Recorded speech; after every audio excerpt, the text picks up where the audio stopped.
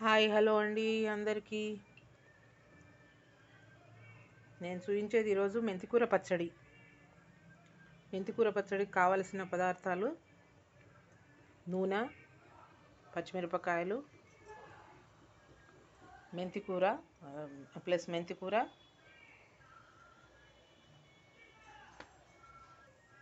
చింతపండు, పసుపు, ధనియాల పొడి, నువ్వుల పొడి, కావలసినంత ఉప్పు, ఇది జీలకర్ర మెంతుల పొడి.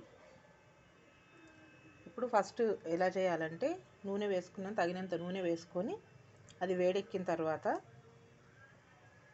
పచ్చిమిరపకాయలు వేసుకోవాలి. సరే కలుపుకుందాం. ఒక చిన్న ఉల్లిగడ్డ కూడా చిన్న చిన్న పీసెస్ చేసుకోవాలి. నేను ఇంకా చేసుకోలేదు.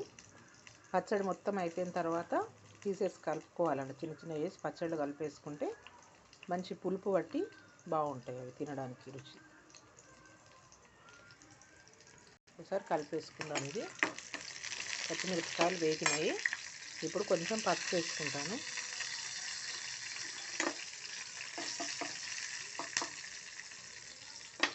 ఇప్పుడు మెంతికూర వేసుకోవాలి.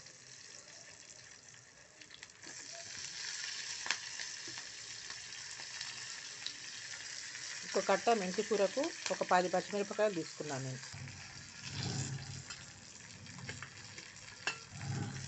ఒకసారి కలిపేసుకోవాలి.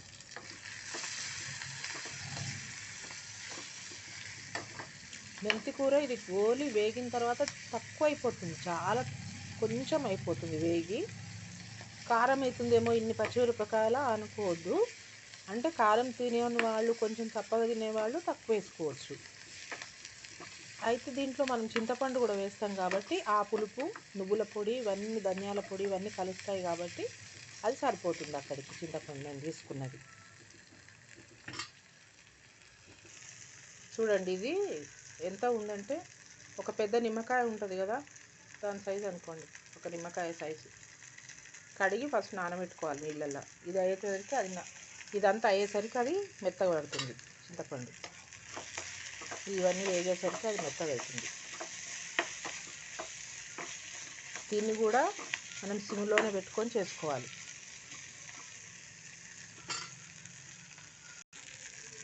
కొంచెము చింతపండు నానబెట్టినాం కదా, ఆ నీళ్లు పోసుకుందాం కొన్ని, అడుగు మాడిపోకుండా ఉండడానికి.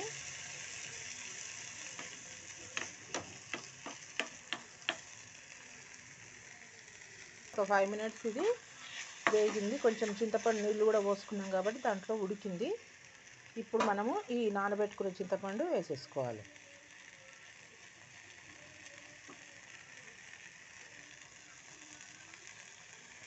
చూడండి,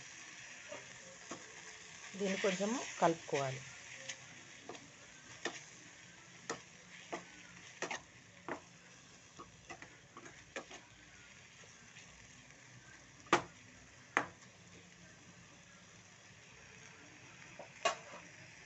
కొంచెం ఒక 5 నిమిషాలు దాన్ని ఉడకనిద్దాం.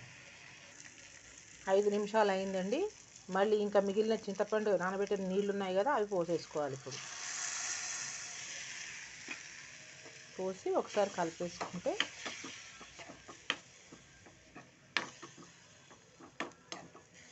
ఈ నీళ్ళు కొంచెం సగం వరకు ఇంకిపోవాలి. దాంట్లో ఉడికి నీళ్ళు సగం అయ్యేసరికి ఉంచి తీసేసుకుందాం. నీళ్ళు తగ్గిపోయినాయి చూడండి.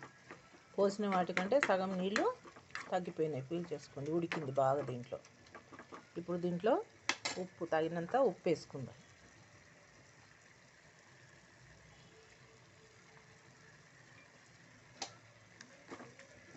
స్టవ్ ఆఫ్ చేసేసుకుంటే చల్లారిన తర్వాత 2 స్పూన్లు నువ్వుల పొడి, 1 స్పూన్ ధనియాల పొడి వేసుకొని మిక్సీ చేసుకోవడమే.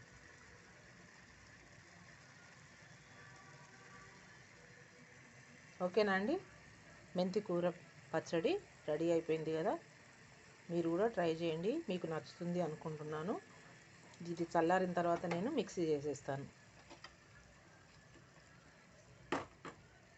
Okay, bye.